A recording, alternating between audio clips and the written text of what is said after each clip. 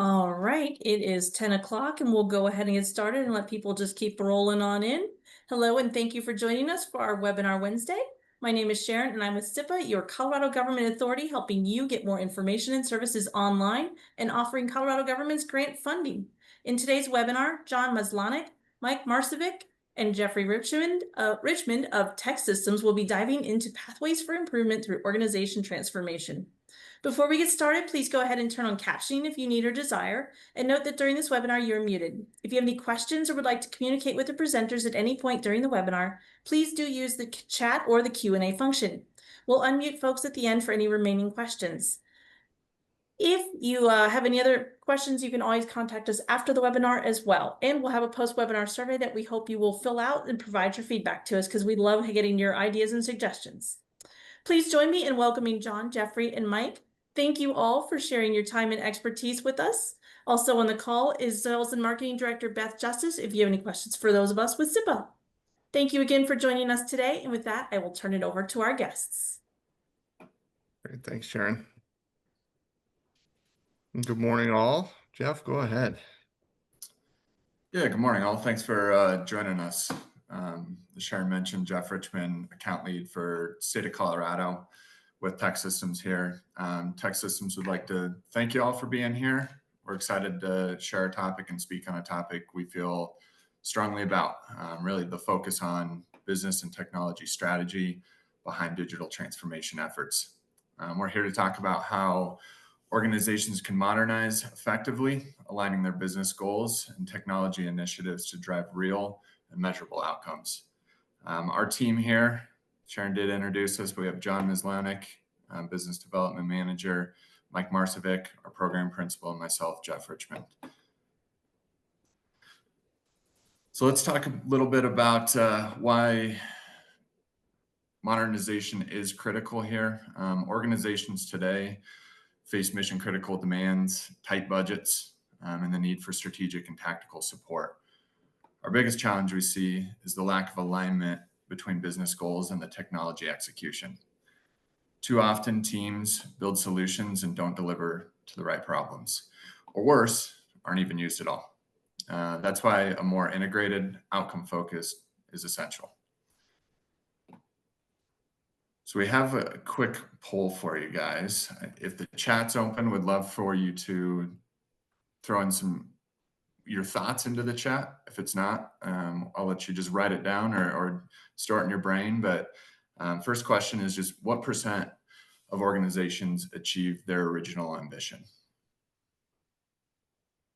Give it a couple of seconds here to think through it.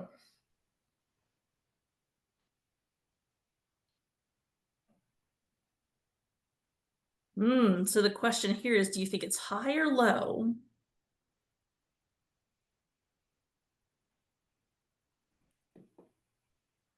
I know the answer, so I can't say. Any takers? Oh, we got a quiet bunch. That's great. Well, we'll share the answer with you all. But if you guessed 12%, you're right on the money. The second question we have here, Jeff. So what % of organizations say digital transformation initiatives often fail to achieve the desired business goals?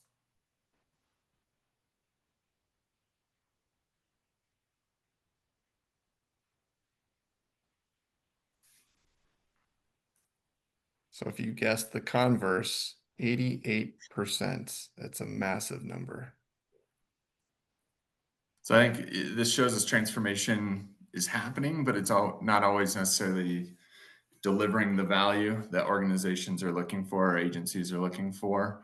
So I think takeaway is that success really requires more than just new technology. It really requires the alignment, the strategy, execution that's tied directly to the business goals.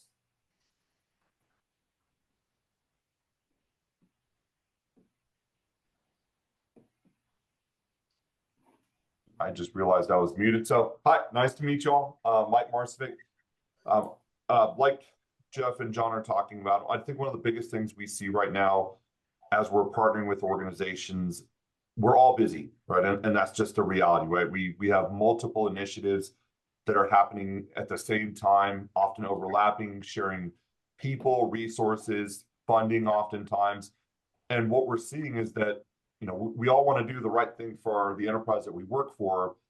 It's just there's this lack of alignment, right? We've got 5 number one priorities that we're competing with, and we're realizing that we're making these significant investments, but not actually maximizing the value opportunity of those investments. And so within our business and technology strategy organization, we've started to see some commonalities across some of the challenges that we're facing when we go out and work with partners like yourself. And I think one of the biggest things we talk about is this idea of visibility and being able to integrate multiple initiatives to, let's say, multiply the value return that you're getting in the investment that you're making. And oftentimes, we'll say, well, we're going to go to the cloud. That's great, right? So the cloud is not an isolated transformation opportunity. I think there's other components of it that we can also leverage in and run in parallel to help drive that ROI growth and that efficiency. So hopefully over the remainder of this conversation, our goal is to share with you some examples where we've been able to come in and help accelerate, right? Not to take over and drive, but to partner with organizations and help them maximize that business value that they're seeking. And oftentimes enabling them to continue in their transformation journey, right? We've seen, this isn't new. Budgets come and go, and a lot of times what we see are business cases aren't proven out. We had this great idea at the beginning of the year. We invested a lot. Halfway through the year, we're not seeing that return. And then the decision to shift funding occurs, right? To shift priorities. So not only being able to create visibility, but also to be able to show what that value looks like is just as important during the engagement and throughout the transformation. So let's talk about a couple of examples. And I think one of the biggest ones I like to do, or I like to talk about, is sitting in this what if place, right? What if we could look to the future? And John, if you wouldn't mind hitting forward again, for some reason it went back. What if you were able to go and say, hey, I'm going to look a year out. And in the year out, I want to be able to deliver 100% of all the customer value that I can, while also operating with a reduced budget. And that's a reality for some organizations, right? We've partnered with organizations that have gone through organizational transformation to help them realize that opportunity. And what does that mean, right? For us, it means that the customer makes the investment and they're seeing a return on that investment. It's not that they put in, let's say a standard budget for an initiative or a project is, let's say $1 million. And then at the end of it, they realize, oh my gosh, I still need a little more to get over that hump, right? Whatever we uncovered forced us to spend more, and then the budget goes over, the time goes over. That impacts all of the other priorities that you have in your organization. That was a reality for this organization that we were working with. And just to give you a heads up, for each of these that we're talking about, we at the end of this conversation, John is going to share with you some of those case studies so you can see exactly how we were able to help that and some of the detail around it. I just want you to kind of imagine what that could look like if you were able to do that, right? The quiet that you would get from your customers, right? This organization that we worked with, the reality, what I saw walking in and what we saw as a partner coming in, where there was a disconnect between the business and the customer and IT. And so oftentimes what we'd see is the customer wasn't happy, so they constantly changed their mind, right? They never had a clear understanding of what value meant to the business and to their customer. And so IT was just order taking. And that's not a mentality that we want to bring as a partnership. So what we started to do was, create that bridge between all those different groups by bringing in this idea. If you've heard the term gimbal walk, we gimbal walked with the organization. We brought technology to the business and then business closer to the customer. And together, we were able to start to understand what the need was. What was the problem that we were solving? And I think through that clarity and that alignment and that visibility that we provided to that organization, and it wasn't an overnight thing. Like, let's not kid ourselves. This took time to build that psychological safety in order for our partners to trust us. right? In order for technology to trust the business, for the business to trust technology, and for both of that in that trusting relationship, for them to go to the customer and say, here's what we're able to deliver and be able to meet that commitment. And so if we fast forward now, it's been 6 years since we've worked with that organization. And an interesting story, they're actually reaching out this morning. I walked into the office and there's a conversation in an email thread about, hey, we'd love for you to sit down and talk to this organization again. They're looking at, work in another business unit and then see if we can get the same type of results. So doing and delivering customer value is great, right? Being able to meet your expectations always makes you feel good. You're not responding to, emails, the tyranny of the urgent, right? That unhappy customer or that business partner. Now imagine if you could do that while being able to reduce your operating expense, right? And that's the interesting part of this conversation, right? We can work super hard and put 20 hours a day in and make our customers happy, but that's not the reality. The reality is our budgets are getting cut every year, right? Sometimes in the middle of the year we see budget cuts that are occurring. This organization specifically, they operated with the $41 million budget when we came in, right? And that's a little bit of a big amount for this part of the organization. But what we were able to do in that year that we were partnering with them and helping them optimize and become more efficient, we were able to take that operating cost and reduce it by over $16 million. And so that's a big amount of money. And that happened in multiple ways, right? We didn't just lay people off. We looked at creating the right size teams. We looked at, modifying and enhancing the way they did portfolio intake, building out product roadmaps that align to the direction of the customer and the marketplace that could help maximize that return on their investment. And then we started looking from the technology side. So we matched business capability along with technology capability. And once we created that overlap, we realized that there was some redundancy in that organization. And we're talking about a 300 plus size organization that some of those groups were actually creating the same application and they had no idea that was occurring, right? And we're talking 300 people that were supporting almost over 200 applications. So it wouldn't surprise you that the left hand and the right hand had no idea what they're doing. And that's not from poor leadership, right? There's not a finger to be blamed here.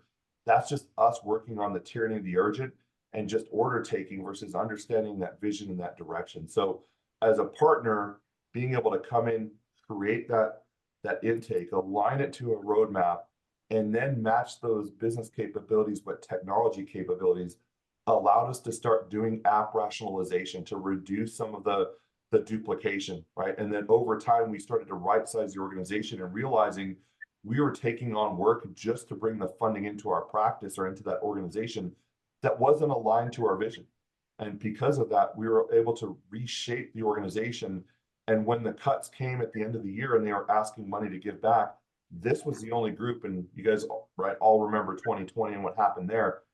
This was the only group that didn't give money back because they didn't ask for more money because they'd already given the money back because they had right-sized that organization, right? They had reduced their headcount by over 100 and reduced their application size by almost 50% because of the duplication, right? Because of the redundancy, because of being able to modernize some of the current applications that they did have and consolidate that. So again, interesting topic. Sorry, John, I wasn't sure if that was a sign, so I was going to move on. But again, there's a lot of opportunity, and we'd love to talk to you in detail about how we can help your organization maybe not achieve 100%, maybe it's 90%, but there are ways and strategies that can help us reduce the operating costs and still allow you to deliver on that customer value. So there's another scenario, and this next scenario is this idea of predictability, and very similar to the first one, but this one is more about being able to shake your business partner's hand and knowing that when you make that commitment that you have the ability to deliver it. And oftentimes, I've been a developer, I've been a project manager, I've been on both sides of this conversation, and that feeling of, okay, we're going to try our best, and knowing that even though we try our best, that there's going to be things that we can't control, and understanding that there's that uncertainty. We live in this VUCA world, right, where there's so much volatility, uncertainty, complexity. that's happening.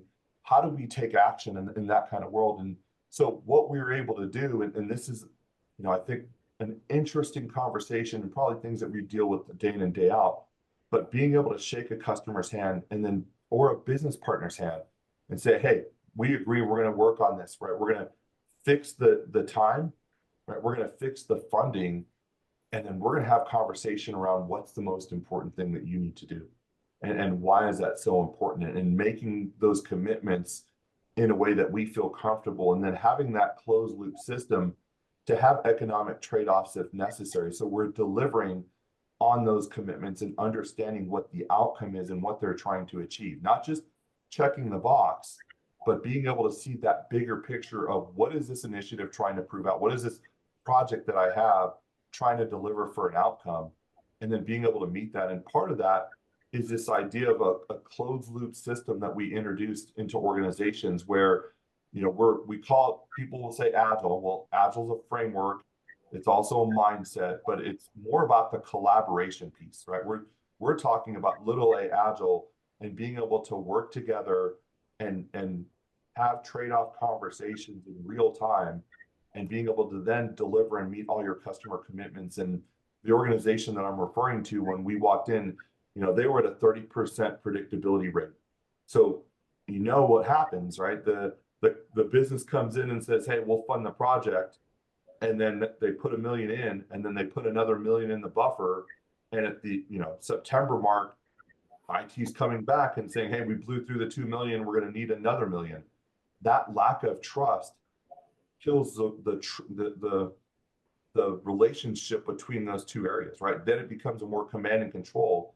We're giving you this money, we're expecting this to happen. And that's an anti-pattern that we were breaking with this partner. It was starting to now build the relationship where at the end of the engagement, they were at about 90 to 95% predictability, meaning their say-do ratio, when they said they were going to get it done, 90 to 95% of that time they were delivering on that value to the customer, right? And that's, partly to do with understanding the roadmap of the customer, understanding what was they needed to have versus wanted to have, right? Being able to create that storyline of, and differentiate where value really sits, where opportunity really sits, and then prioritize and shift the way of thinking, and then being able to work in that iterative and incremental manner. And you can call it whatever agile you want, but really what we're focused on is being able to come back and say, is this what you want? Going into those quick and rapid, we call them inspect and adapt sessions, where they look at it and they evaluate it and they give you the feedback, and then you make the pivot. Because of those changes, that organization, we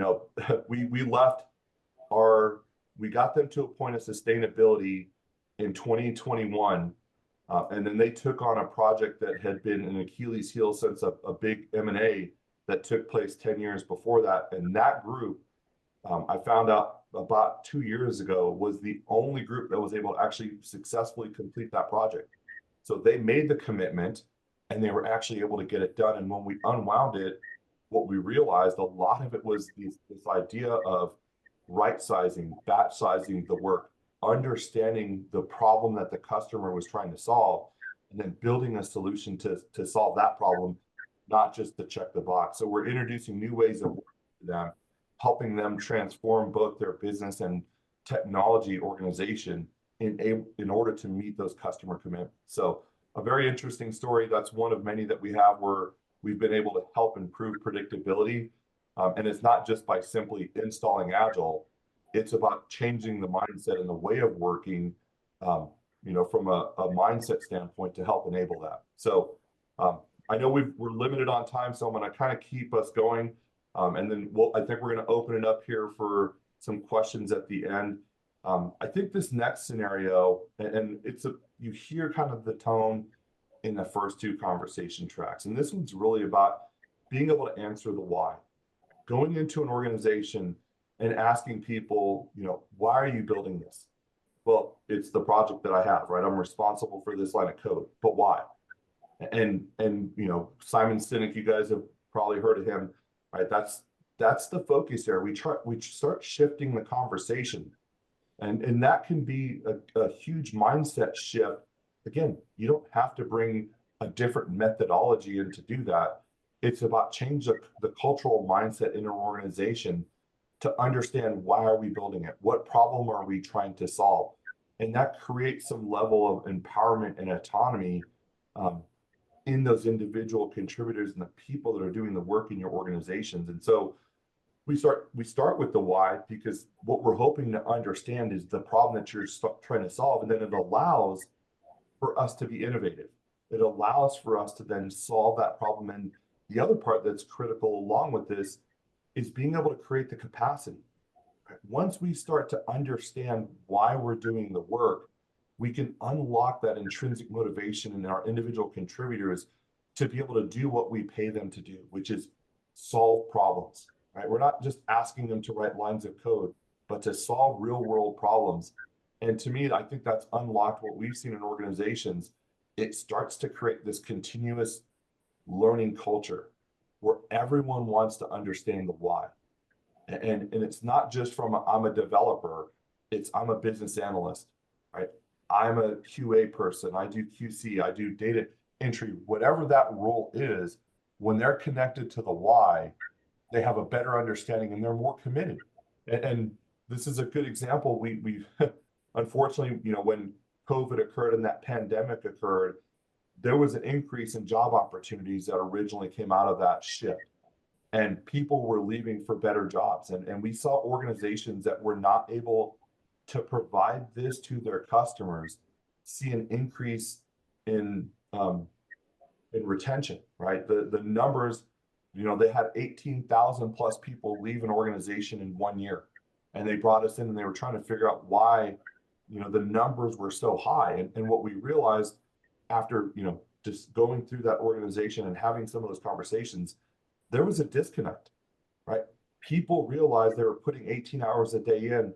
Yes, the money was good, but that's not the only contributing factor, right? Sometimes it's being aligned to the mission of the organization that you're working for. It's the people that you work with, right? And then the third leg is potentially oftentimes the money factor. But when you're closely connected and you get two of those three legs, right, you've got a solid foundation to start building upon. And that's where we started focusing with this client, was helping them connect the why from the customer through the business to the technology partners. And now the technology partners were focused on how are we going to solve the problem. The business partners were focused on discovering why there was a problem and what problem needed to be solved. And because of that relationship, what we saw was innovation occurring, right, at a rapid rate of speed. And the last 3 years, those numbers from 18,000 are now significantly reduced of people walking out of that organization because they have that high level goal, right? They understand at the top, here's our strategic initiatives, here's how they're connected down, and they're being held accountable. There's some level of accountability through OKRs and KPIs that trickle down into the teams themselves so that they can see the impact of the work that they're doing and why it's so critical at that top level of the organization. So creating that connectivity, we're going to talk about some of the capabilities that we have here in a few slides about how we do that, right? It's just being in this type of environment is one of those where, again, people are connected, they're aligned to a purpose and a mission, and you can see that communicated throughout the organization. So the last one, I think this is simple, right? We want to be able to put people in a place where they get paid to dream, right? They get paid to solve problems, real world problems. They get paid to be innovators.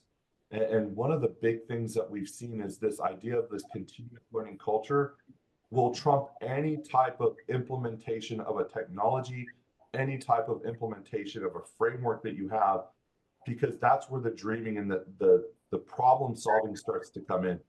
This idea of like innovation fairs, we've done this for several organizations where we've started to show the value of creating capacity in the development teams, in the business, right? And being able to have a once a quarter tech fair where people are coming in and showcasing the things that they've developed. And oftentimes those proof of concepts or proof of value propositions are being put into a backlog for work or being spun into a major initiative for the organization because people had that capacity. And that's this idea of shifting away from, 100% utilization is good to 80% is going to 80% utilization is going to enable us to meet the demand of the marketplace shift, right? We know the market is shifting, technology is shifting at an unbelievably exponential rate right now with the introduction of AI and not just the introduction, the growth, right? I think for us, it's how do we bring these new ideas and how do we get people, how do we pay them to dream and start solving the problems, not just inside of the box, but also outside of the box. So this is, to me, this is where I think all the change happens. This is where sustainability of any type of work that you're doing in your organization allows it to continue after a business partner is left or after a major initiative is finished, right? It's this idea of that we keep wanting to make it better. We keep looking to understand the why, and then it allows us to dream and think of creative, unique solutions to our problems. So all of these things are great, right? And how do you unlock them? I think this is kind of where we look at the challenges. And if you wouldn't mind jumping to the next slide, I think all of us can say that, we've seen or check marked one of these, maybe all of them. But as we partner with organizations, we're seeing that these are some of the common characteristics of why we've got 88% of organizations not seeing the full value, right? That's why only 12% of them, felt like they hit what their ambitious goal was. So it's easy to see when you're dealing with so much work in flight, a lack of alignment, right? You've got an organizational culture that doesn't align to the structure in your organization, right? This idea of a dual operating model coexisting in your organization where you're talking about innovation and speed and development, and the other side of the world, you're talking about creating sustainability and making sure you provide the guardrails, right? Those two dual operating structures exist in organizations to allow them to move faster. So obviously there's a lot on this board.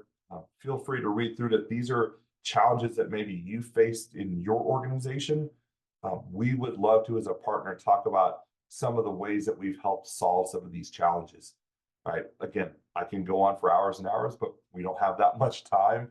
I just want to let you know, as TEKSystems and as a partner, we've gone through some of these and faced some of these challenges. And again, we'd love to talk to you about what that looks like and how we can potentially help. If you can jump to the next slide, I think this is really where we as a partner, a solution integrator, have realized there's certain areas that we can focus on. And for us, it's being able to bring your strategies together, and not just together, right? It's this idea of building out the strategy and integrating the strategy across the organization. And right now, especially with the emergence of AI and the integration across all of your tech stacks, right? How do you ensure that there's the correct balance where you don't lose your culture and your identity in your organization as AI is being introduced? It's this idea of the seamless innovation of technologies along with the major initiatives that you're doing, so we don't lose focus of that. And then making sure that you're ready. I think, in organizations that we've come into in the past, one of the big lessons learned that we've had is that there is too much change saturation, right? So there is a capacity that your organization has that it can take on for change. And when you've reached that level, what we see is it's it's almost too much, where there's so much change going on. It's just the next thing, right? And then people aren't bought and you missed the opportunity. So, one of the things that we've looked at is measuring that readiness of organizations to see if they're even at a point where they can take this on, right? Maybe they need to work on some of the precursor things. Maybe they need to descale some of the work that they're currently doing in order for this next major initiative to hit. Data-driven decision-making, again, I could have an entire talk track from that. I think the big thing is, especially as we're looking at, AI being a part of our culture, making sure that the data is giving us the right answers, right? Validating that data, I want to call it data integrity, because data cleansing is not the right word, right? We have good data already, but data integrity, ensuring that the data is optimized, right? It's valuable data. I think these are all things that we've helped organizations focus on.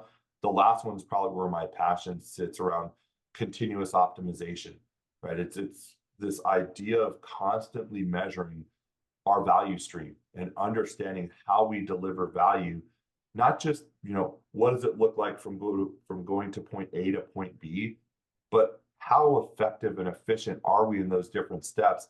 And how can we accelerate some of that time through innovation, through optimization, and being able to reduce our lead time, right? Being able to have some level of business agility. If the market shifts, are we going to have to replan everything, or can we quickly pivot and be able to respond to that change?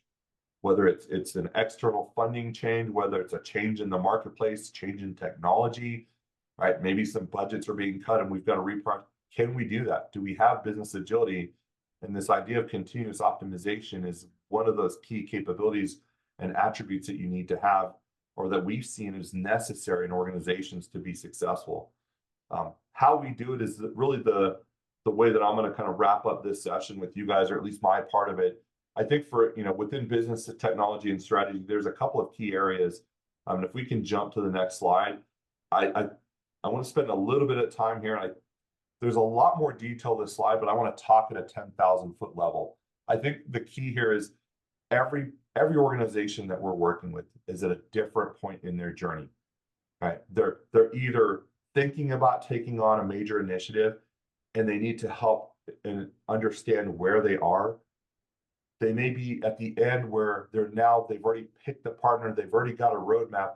Now they need somebody to come in, implement it, and grow it. And then, or they're at the end stage where it's all done and they need help, to operationalize it or to scale it. And so one of the things that we've seen within business and technology strategy is this idea that you don't need a 40-hour person resource or a body to help you with this. What you already have the capability and the intellect in your organization to solve these problems. Oftentimes we just come in almost as an accelerator to say, hey, we've got some workshops that can help you with your value exploration to really understand the business and the need for the change. Bringing our subject matter experts in and saying, hey, the majority of these types of markets are doing these things right now. Here's where you're at. Benchmark, here are some potential opportunities. And we start building out basically a strategy workshop. It's almost like a blueprint to what your future state could look like. And those workshops are very small, potentially less than a week or two, where we're spending time with you exploring. And then we create that vision. And it could be a vision that's enabled by AI.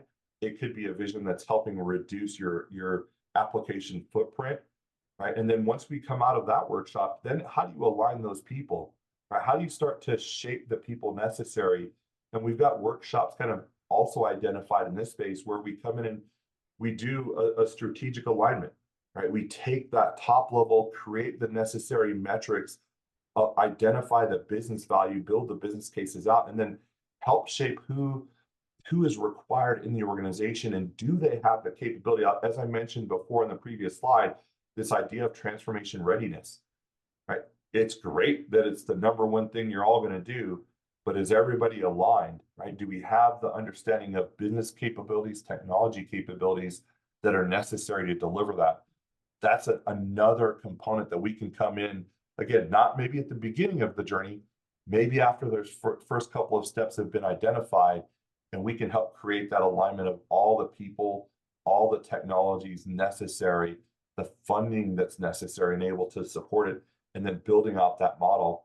And then as you get into the build and evolve, this key area is really for us to help stand up the office that's going to help support the initiative, right? Oftentimes we ask our PMOs to run projects, our enterprise PMOs to support budgets of business units. This is a transformation office, right? It's a TMO that's focused on the transformation or the implementation in and of itself, and it requires separate or more distinct capabilities, right, in order to allow that implementation to be successful, right? Building up the right partnerships that are necessary in order to allow that to happen. So again, we can come in that space, help build that out.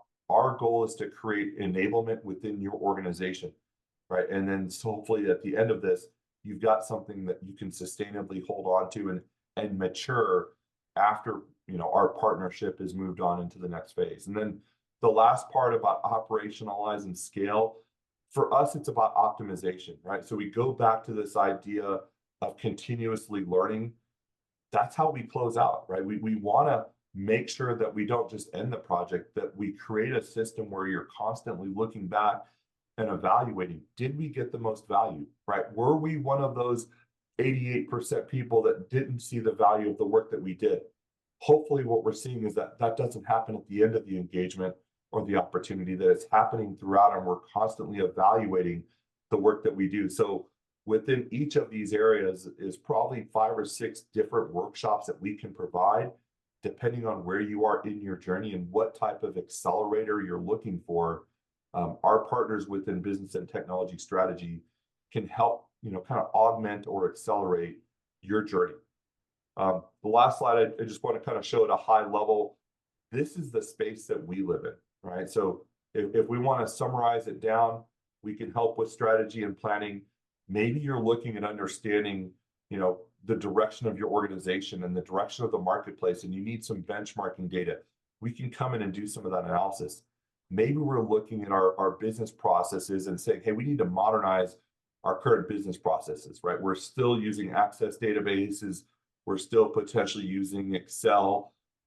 Maybe we want to modernize that and figure out how we can, you know, maybe put some RPA into that, you know, maybe even add in some potential different types of AI enablers into that architecture. And then having that capability of being that solution integrator and delivering that solution, that's where our global engineering partners come in to help, you know, deliver that future state. And then this is a unique distinction, I think, that BTS has, that we're starting to see becoming a key differentiator, is this idea of modernizing the way you do IT finance, being able to put governance in place before you go and make the investment, right? We're definitely seeing, I think, more and more, and it's surfacing now with everybody making this decision to go cloud native or cloud enabled, and then deciding to add on FinOps at the end of it and realizing, you know, it might have been a daily dollar short, right? And they don't have that intentional governance in place. And when we talk about IT finance modernization, it's not just about cloud. It's about modernizing the way you track true cost or total cost of ownership in a CapEx, OpEx mindset to show the value to your business partners of the investments that they're making, right? Not just, I need $2 million and you're going to get 10 back. It's, I'm going to give you $2 million and here's how we're going to reduce our footprint in technology. Here's how we're going to deliver value, right? We're going to reduce server costs. We're going to reduce headcount. Potentially, we're going to optimize our app stack. All of those are value contributions that we don't put into the ledger when we're demonstrating the value that IT can bring back to the business partner. So I'm going to stop there. I'm going to hand it over. I know we're short on time. Again, I appreciate the audience. And if you have any questions, don't hesitate to reach out. Thank you for your time. Thanks, Mike. Team, I'll end up bringing us home here. I think what Mike talked about today is really what we want you to take away from this presentation. What I'm going to talk to you about today, table stakes, right? This isn't the 10% that I want you to take away, but I do want you to be aware of who we are, what's in our DNA, and really what it means to be able to support the initiatives that we go after, right? So what Mike was talking about, thought leader, trusted advisor, consultative approach, that's really where I think we're different than many other organizations, right? We want to make sure that we're aligned on business objectives. We want to be tactical while being strategic. So this slide here, the one thing that I want you to take away is we are deep, we are wide, we're agnostic, but we're experts within all the technology stacks that you see listed here, as well as many other strategic technology partners, that we are aligned with as well. Also not on this slide, but just knowing the breadth of TEKSystems, we're about 16,000 people wide. We operate in over about just over 100 countries, brick and mortar in 37 of those, delivery centers out of Hyderabad, Bangalore, Manila, Quebec, Dallas, and Baltimore. Now, realizing that some folks on here are not at the liberty to achieve follow the sun or offshore work by way of cost savings, but just know that there are ways that we do work with state, local education, federal folks to be able to leverage those more cost-effective geographies as well. So again, table stakes slide here for y'all. We'll talk about a couple case studies here too. You will all be receiving a copy of this deck as well. So if there are questions or outreach that you'd like to maybe bring into SME to talk through maybe the why or the specifics like Mike had mentioned to these case studies, we'd be happy to meet you where you're at and hop on with the ad hoc. But out of the few that Can I jump in? Because I think this is, if you don't mind, this is a really go ahead. interesting case study. And the reason I say that is we probably all have to deal with this in some way, form, or another, right? And it's this idea of having delays in your system and not having an organization properly aligned where it's almost like a hurry up and wait. And in this example, we walked in and it's a large financial institution, right? Top five.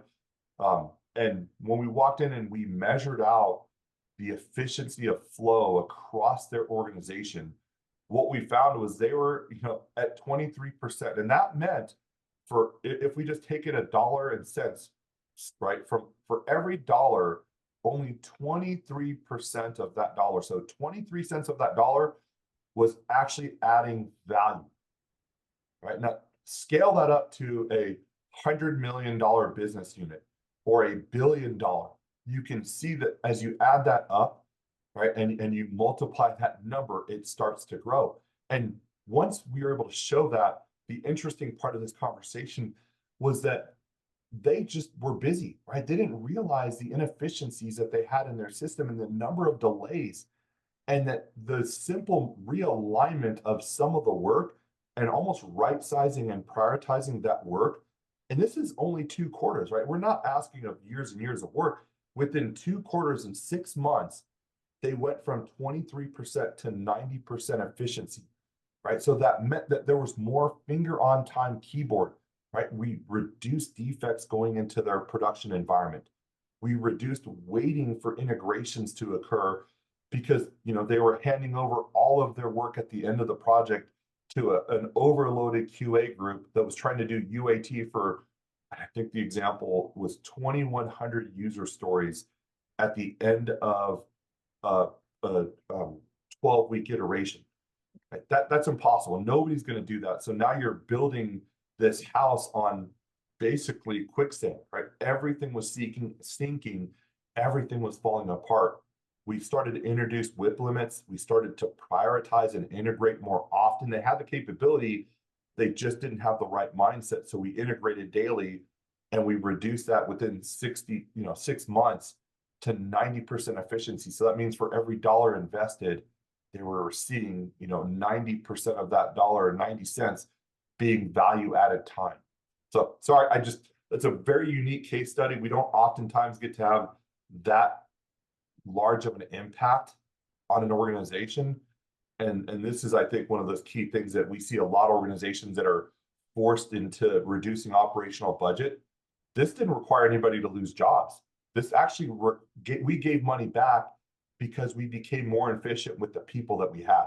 So sorry, John, this is one of those I'm just passionate about. So please go. That's perfect. If folks can't tell, you may be the SME that worked on a couple of these case studies that we're talking about. So appreciate the injection there, Mike. And I think the other one that I really wanted to highlight is talking through shift culture with Dojo, right? So we can all read in the orange box kind of what the outcome was. We can see what the challenge was, right?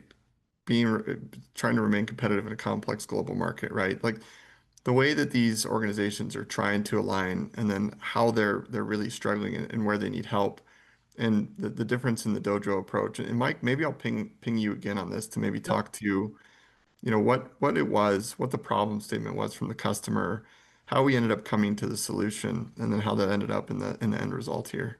Yeah, absolutely. I think the biggest challenge we saw with this organization specifically was this idea of just so much churn and not enough skill capability. So first, if we don't know dojo, maybe a 30-second on what a dojo is.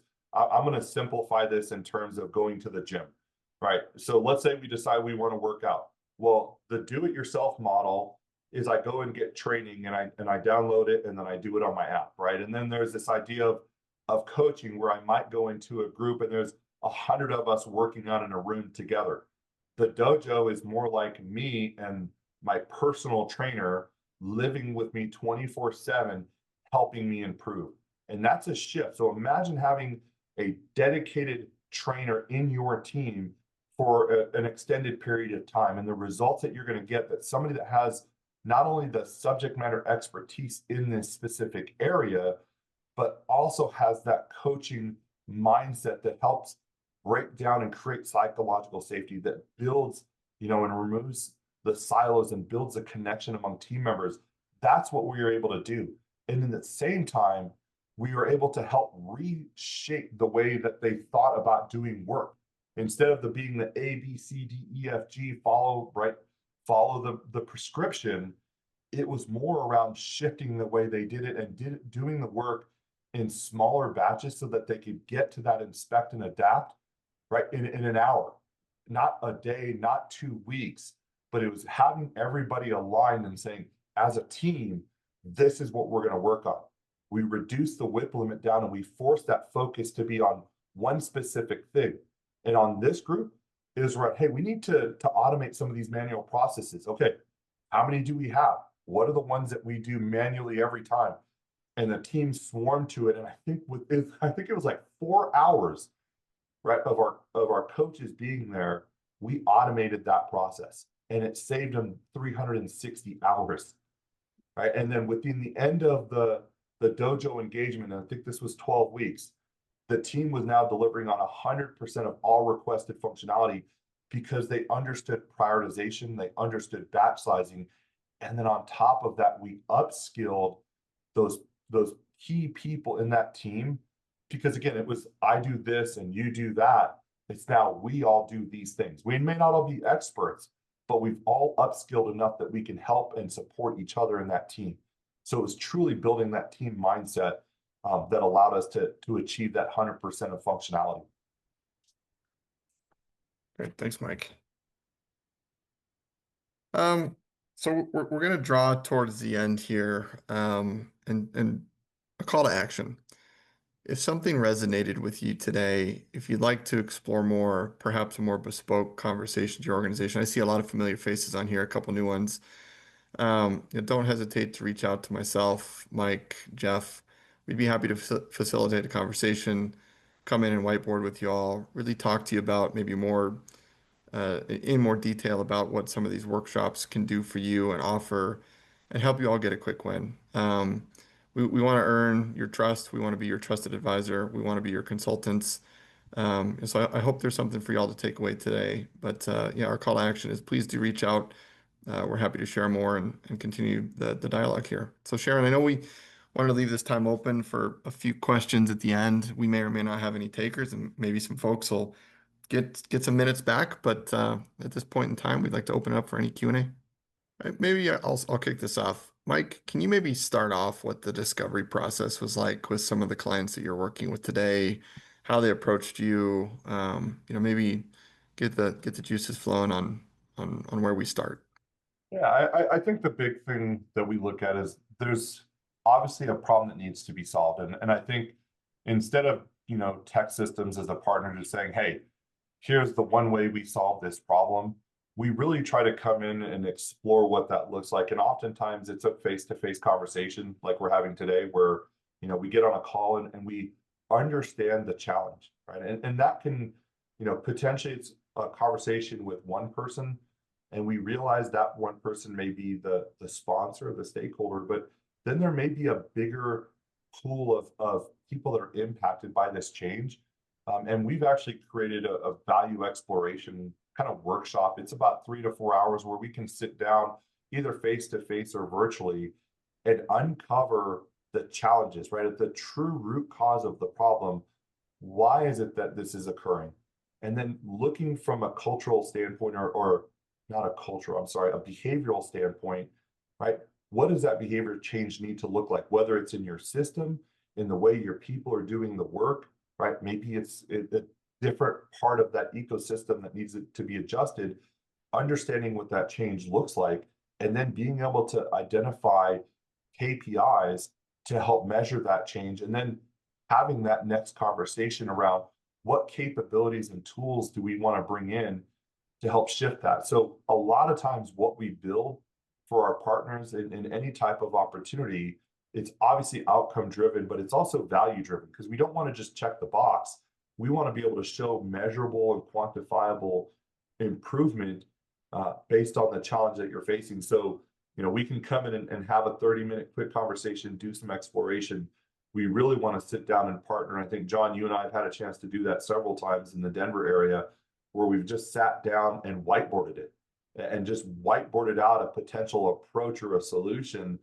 And then just understanding that, part of where we see our value is in the relationship that we have with our partners, right? It's building that trust-based relationship and being transparent along the entire process, even through delivery, right? Where we're holding ourselves accountable by identifying what those metrics are, what that value proposition is, and then, right, to continue to iterate and have trade-off conversations. Because just like in the way we do development, right, the way that we partner and help drive this solution for you as well is going to have those bumps along the way. And we want to be able to have that transparency where we can quickly shift and reprioritize. So it's definitely a trust-based relationship that starts with one conversation and kind of goes from there. All right. Well, thank you all for sharing that expertise and that information, because I know transformation, it changes hard. And having someone to guide you through it who's got the expertise in it and those ideas you can bring, that is really, really helpful. So we appreciate it. Thank you. Great. Thanks, everybody. Appreciate it. Beth, I see Dwayne on here as well. Sharon, it's a pleasure. Thank you for the opportunity to address the folks today and give everybody a couple minutes back.